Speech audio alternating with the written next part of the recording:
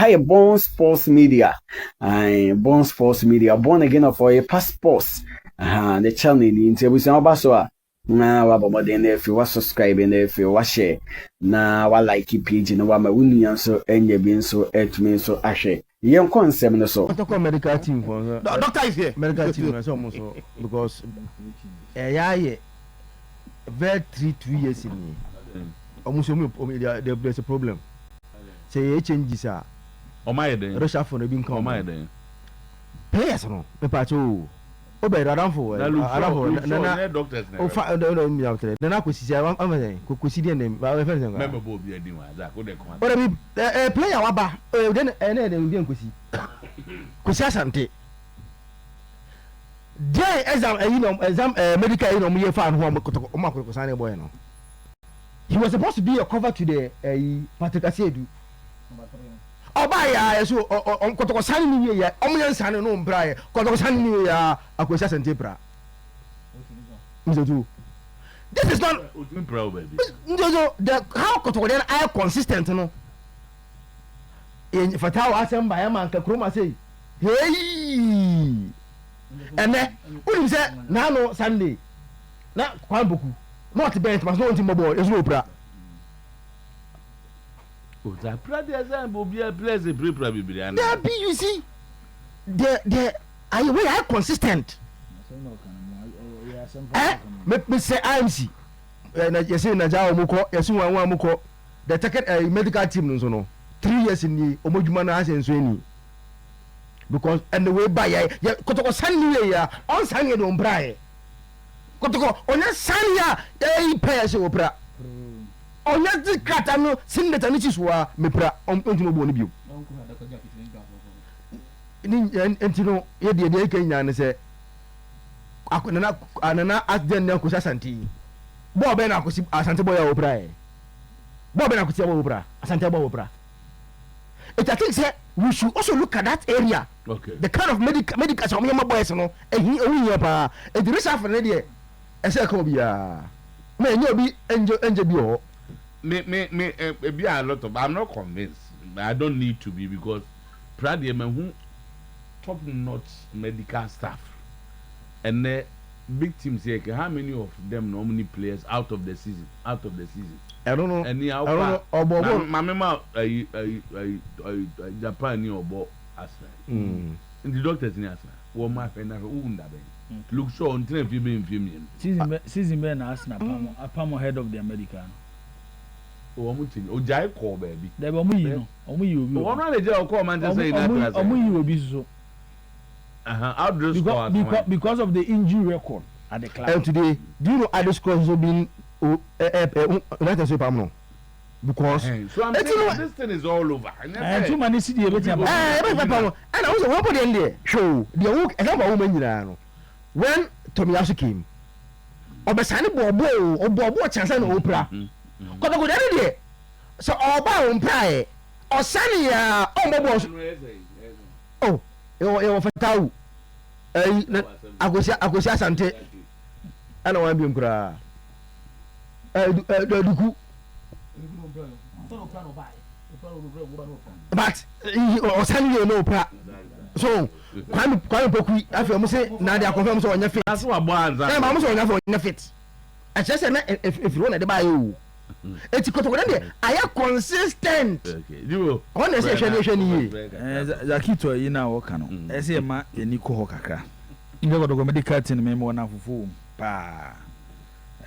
Especially madamfo backward madamfo but in the line of omodwuma no ze nyoma bi ekokoko so a ma hwe be ma manfo adawto mo kakra ntezo mo mene so on se Kotoko na bedroom pempenso bi a na akwa ti se even technical team no ni mogun afa technical team no kan ho say who told the line of the coach I say ne baby de member menka se kokoyo de asem na mekaniti as also boss na sometime aba e coach na dinaba okay e bi kura na player no conditioning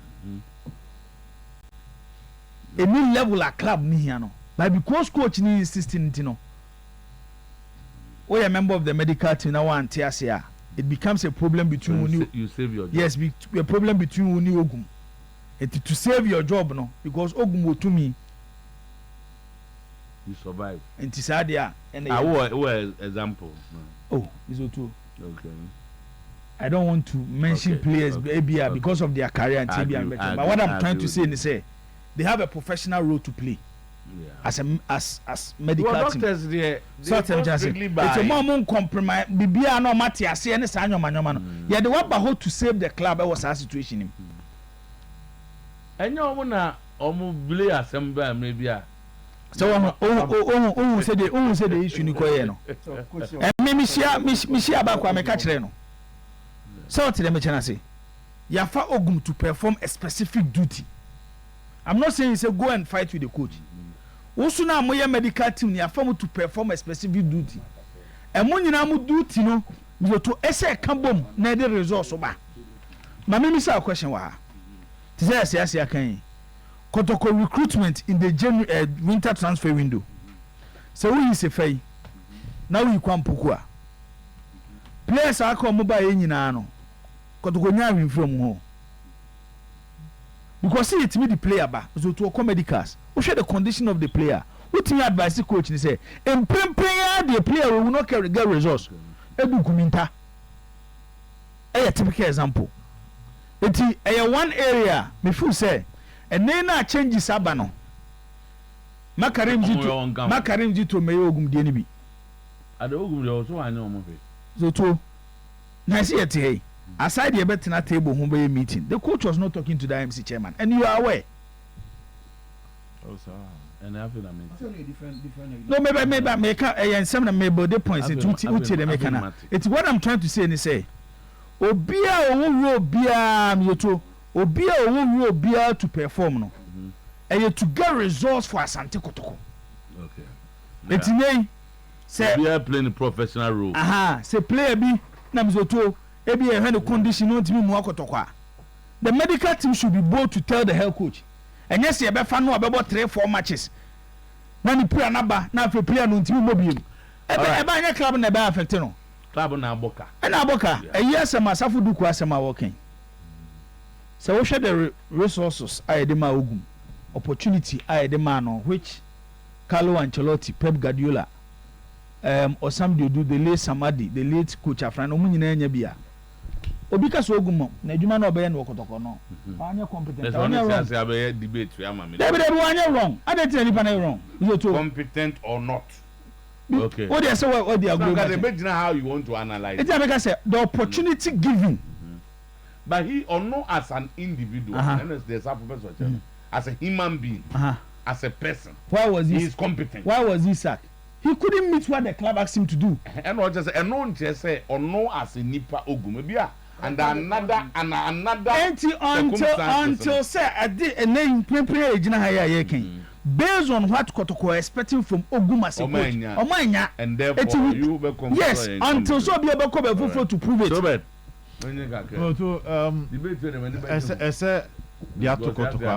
Kotoko fi ekono sua de esua nyoma bebre efrim botu coach aya investment we nyina wo mu went me ama club na achieve target na $36,000 botu $36,000 in the 5 months salary in the 4 months ne kambo me de mema coach botu meba botu asema ne kan do de me kan yese ye he club ni sikasem ese nyoma bebre sesa yeah ayi ye he club ni sikasem a ese se nyoma bebre sesa mtoto the club cannot be making those form of investment. What was the target of Ogum in the second year? Double. I think you can interrogate that to be fair to him. Okay. Double. Asafu Duku akape. Some target on my double. And to asem na make can very simple. Moving forward. Ese Kotoko hwehwe ne nyoma mu ye. Charles Sikani bebrebe no. No, I say name of people. And tete nyoma so. Do what you say. Ese so mo tete nyoma bebrebe so. Because club no kwa adakwaja ache pa mr2 o kwa adakwaja ache a ensem fata me say me to off air me the picture bi be kire bi na prince Owusu ne Karim Zito e bro mo kwa Adakwajache and $36,000 they bet me aye wa Adakwajache pa Zito na Karim Zito be say enti na me ka say moving forward no what here no me to na me ka say moving forward what here no enye kan dey I'm not talking to America say if you are the same trend and be to no to na me say we clubber ana brabo na aye bon yo sika enye say oye wa wo de nti wo tugum sa akeke you need to look at certain things and necessary so spend it on Kotoko coach cannot be taking that. It was not double. But check your facts again. Mr. Kachere nipa no de buy and say o me pay tinenya double. Na say go contract so. E me yiti. What kind statement asafu duku de buy official statement o Kotoko him. O say target tinenya double. Nipa no kasa no onyi na nimu bra nkikan adwen kire no. On hwan. We say me boni din fire na kaka. Say tira me say onyi na nimu bra no. So whatever Kotoko sacking no Kotoko man who right decision with the sacking but obi out to because coach na ntimi meet Kotoko target on the man no when ntimi meet Kotoko target of 2 seasons no nyina no na so to say me hwe Asante Kotoko no na me can on promise say akado Kotoko performance this particular season na me disappointed just down to Kotoko no standard that was set and Kotoko is Kotoko so at any point in time Kotoko go into a season. Kotoko go into the season mubiano mizoto they are going in to win the league. So man timi an win bia na omo fa ne say omo ntimi am performing. But look at where Kotoko is coming from. Mizoto a team was sacking about 20 of the players. And over. Now Odiru at this particular season you know. Se be omo na mina still omo compete with the 18 points to 5-4. Still I would be league in money year. Anka omo performance can get disappointed. Anka coach Ogum anka onye disappointing like that. But because of the standard of a certain man, you are the coach. I'm so to supervise the sacking of all these 20 players. And now Ukoto Begumu. Uto Begumu no. Eguso first one team no struggles in the second one. You start also go back to the market. As I go far, another place I become. I'm still no more players I go for new players I go for mobile no. So two of the 3 or 4 strikers on Kobaye no, with the exception of Kwame Poku, I want more glimpses of say fitness or how bit my people. No more can it looks like say we to emfa. Okay. So Akobasa now the pressure amount. So Kotoko sacking him. So to send all this background I'm the man and can maybe raise questions. Looking at the free back. But almost a lot of grounds to sack him based on them in some marking. And you know, so incompetent there, nobody can tag coach Ogum so incompetent. But so too nobody can tag. Me not sure so bit you will not tag him. Me not sure so obi wait my reason a point no I argue towards that. Nobody can never say never. Obi wait my can be. So incompetent. So what I am meaning of why do you describe him as incompetent? I will not describe him as incompetent. Because not necessarily you. Me too as a so why would anybody? Why would anybody describe him as incompetent? Okay. So what I say, but for failing to meet the target of the club with there. Some don't say if you fail to meet a target, it makes you incompetent. Well, that's why they're not having or showing the necessary skills to do something successfully. So that represent Coach Ogum's the way you want to interpret it. Okay, so what about in the case? Maybe I want to not having or showing the necessary skills and then to do something successfully. So it's not make us say so Gilly want to me and give you as a coach be an apart from the League will be incompetent to not to Jacob will be our target. Yeah. Will be our target. Internet you bet my bo ebia and na Crystal Palace for any other because almost say this season omo bet my occupy a position feel say omo ba Premier League omo need be that. Yeah. So for them the coach is successful. Okay. One league No, the target that is set for you. So I want quite fully. Discussion say down in natural death. No coach, we move to the next destination. I want to place Doctor Born Sports Media, thank you for watching. We bring you more and more update of Ghana Premier League, most especially our two clubs, Asante Kotoko and FA, the Continental Club Master, Phobia, House of Oak, Nino Mohonsem Ebeba. Born again, the CEO of Born Sports Media. Bomoding the like page, we are now washe normal William so and you've been so to me so I salute you. Thank you, Yakupo for watching. Bye.